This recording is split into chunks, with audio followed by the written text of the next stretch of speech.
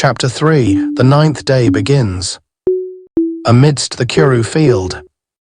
The eastern sky was painted saffron, and the sun will be rising soon.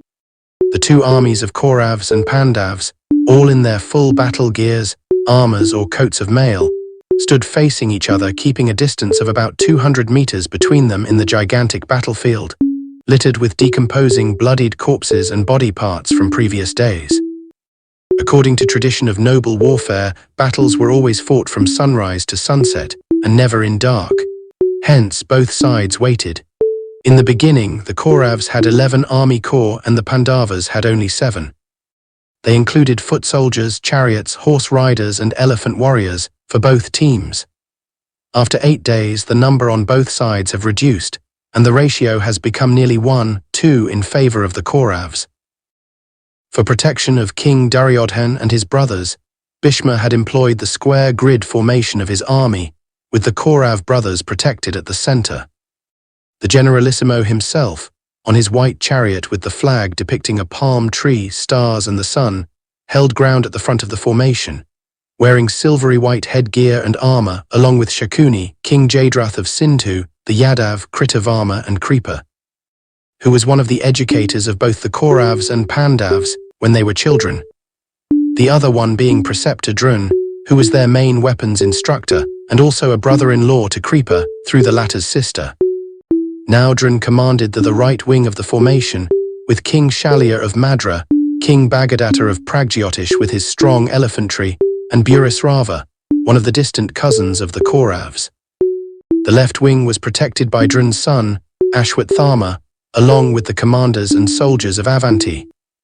The rear was being secured by the army of Kalinga and the ferocious Alambush of the Rakshas clan. The rest of the army was within the formation, protected on all sides from the first line of attack.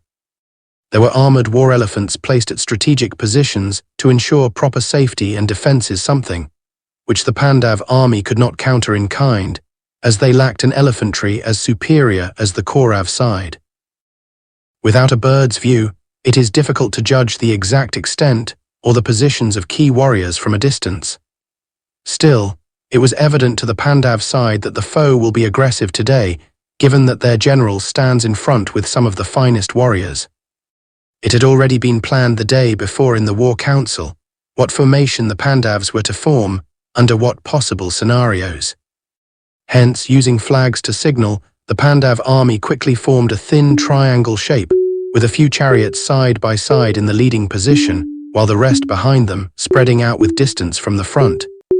It is troublesome to break a formation such as this, using a square array of soldiers.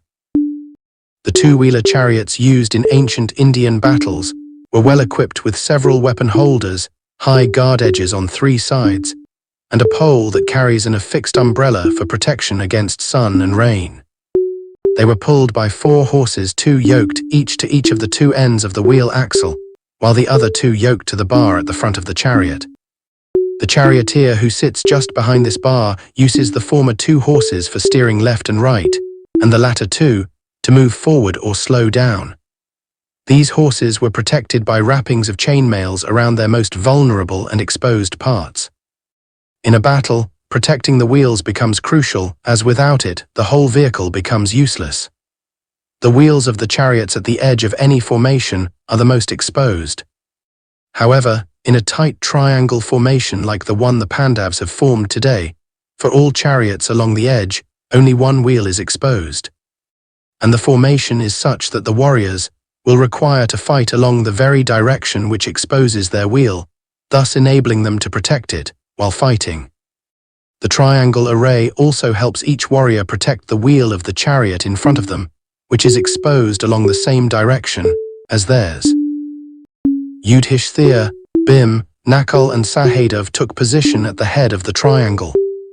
They were followed immediately by the generalissimo Drishtadyumna, in charge of supervising the progress of the tip of the array, which would dictate the motion of the rest. Then stood King Virat, the Yadav Satyaki, Drishtadyumna's elder brother Shikandi, Arjun with Krishna as his charioteer, Ghatotkacha with his horde of cannibal fellows on foot, holding spears and daggers, Chekitan commanding the Kekaya forces, Abhimanyu, King Drupad and King Kuntibhoj.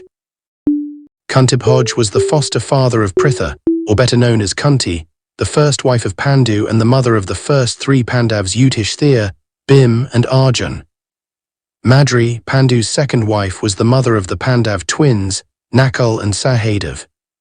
No wonder that Kuntibhoj now stood with his grandsons and was ready to fight even at this old age. Unfortunately, the same could not be said for Nakul and Sahadev's maternal side of the family from the Madra kingdom, as they were compelled to join the Kauravas. Arjun stood on his chariot fully decked in his golden-coloured armour and with a diadem tied to his forehead, a gift that he received during his penances in the last 13 years after the cursed game of dice. He held his Gandiv bow in his grip and had 2 quiver full of arrows on his back. 8 more quivers were placed within the weapons holder of his chariot, ready to be donned on any time he needed. Scimitars, swords, spears and maces were also held in place for use of the warrior. The chariot Arjun was standing on was made by the same forgers who had made his bow and Krishna's discus. Above the umbrella overhead fluttered the flag with the symbol of a monkey, signifying the blessings of Lord Hanuman. The small flagstaff was so thin like a wire that it seemed from a distance that the flag was suspended in thin air above the umbrella. The chariot was an excellent piece of engineering, as any other chariot that suffered as much as this one has in the last few days would have at least required several major parts change. "Brace yourself, son of Pritha," Krishna said from the charioteer's seat as they waited for the sunrise. "It will be rough today. You have been cutting your grandfather too much slack till now, regardless of everything that I explained before the war began. If you do that today, Arjun, it will be devastating for all of us." He motioned at the Kaurav array in the distance. "Look, they are determined to kill all of us today. Your grandsire stands there ready to smash into us like a bludgeon. Your brothers and your army is looking up to you for inspiration and protection. I will defend my men against him and his array," Arjun said with determination. "And kill him, Arjun," Krishna added before sighing and saying, "I know you don't want to, but there is no room for emotion while a warrior does his duty, I have told you." The sun rose and the conchs and horns blared as each commander signaled the battalion under their command to begin the attack. The ground shook and dust was struck up in the air by the feet and hooves, quickly covering the sky in yellowish mist. Contrary to a head-on battle, the Pandav army triangle moved like a snake diagonally along the line of sight to the enemy.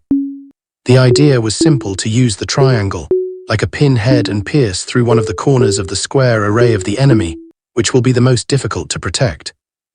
Once the two enemies merge, keeping the triangle formation more or less intact, the Pandav army would force further in till their entire length divides the enemy square into 2 triangular halves, with no means of coordination between them. The plan worked well initially, as the Pandav triangle approached the vertex of the Kaurav square.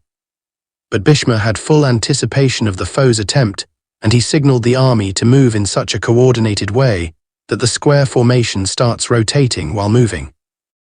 As the two armies drew closer, arrows were exchanged on both sides, most of them missing or bouncing off uselessly from shields. The Pandav triangle made contact with the rotating Kaurav square, falling short of the intended vertex and at a point on one of the adjacent edges, close by. The armies merged with shield colliding with shield, spear against spear, sword clanging with swords and maces striking maces. The uproar was so loud that nothing could be heard over a distance more than the next chariot. As the Pandav army forced its way in, while the Kaurav army seemed to engulf them, swords severed heads, arms and legs spilling blood, guts and gory body parts all over, freshening up the red mud that had already been formed in the previous 8 days. Maces bludgeoned faces to pulp and arrows, and spears impaled the soldiers and riders. Arjun felled down at least 30 riders using his arrows and unwavering aim as he pulled on the strings of his Gandiv and released arrows, one after the other in quick succession. The twangs made would have been deafening had the screams, curses and yells had not already deafened everyone. Arjun's large shield was affixed to his left bow-holding arm, which he brought up time and again, defending himself against the onslaught of arrows from the enemy side. Holding the reins of the steering horses in left hand and the pulling horses in the right, Krishna too held up the shield strapped to his own arm, defending himself against arrows and occasional sword and spear strikes from foot soldiers and riders, through which they were cutting. Though not the best of archers, Yudhishthir and Bhim dropped soldiers and chariot riders as they made way for the rest of their army to follow. Those that they were unable to tackle by arrows, Nakul and Sahadev dealt with them up close, using their swords. The Pandav triangle was halfway into the Kaurav square, when Abhimanyu used his arrows to start scattering the defenses protecting Duryodhan and his brothers. Enraged by the death of his half-brother, and remembering the crestfallen figure of his father the day before, Abhimanyu put to good use the training of Arjun and the battle tactics of the Yadavs to move further and further inwards, with the Pandav foot soldiers and riders behind him. He did not care even for the enemy arrows that struck his coat of mail and hung there harmlessly. The thin triangle formation now started broadening its base as the fighting soldiers spread further outwards, thus splitting the square array they had penetrated. Seeing the son of Arjun leading the assault against their defenses, Duryodhan spoke to his brother Dushasan. "That arrogant boy is leaving us exposed. I fear that either he or Bhim will soon get to our brothers again. We need to stop them." "So much for the grandsire's plan," Dushasan scoffed. "Go to the rear side, brother," Duryodhan ordered. "Tell Alambush to leave his station and circle around to intercept that boy. He has killed one son of Arjun, he surely can kill another." The order was carried out, and riding on his dark-colored chariot, Alambush, decked in armor made of silver and gold, moved through the soldiers and riders of his own army, who parted to make way for him as he went towards the battle front. Through the rising mist, the fighting Abhimanyu was visible to him at a distance, as he slashed with his sword at the closing-in Pandav army and rained arrows upon them, scattering them from his way. The Pandav foot soldiers were trampled under Alambush's wheels, and the cavalry was knocked down by the chariot. Suddenly in his path appeared Prativindya, Yudhishthir's son, along with Nakul's son, Shatanik. Alambush's charioteer slowed the vehicle down, as the warrior looked behind and found the remaining three of Draupadi's son had appeared behind him and to his sides. It had been planned secretly between these 5 half-brothers to single out Alambush and avenge Iravan's death. Apparently, Duryodhan had just handed them what they needed on a silver platter.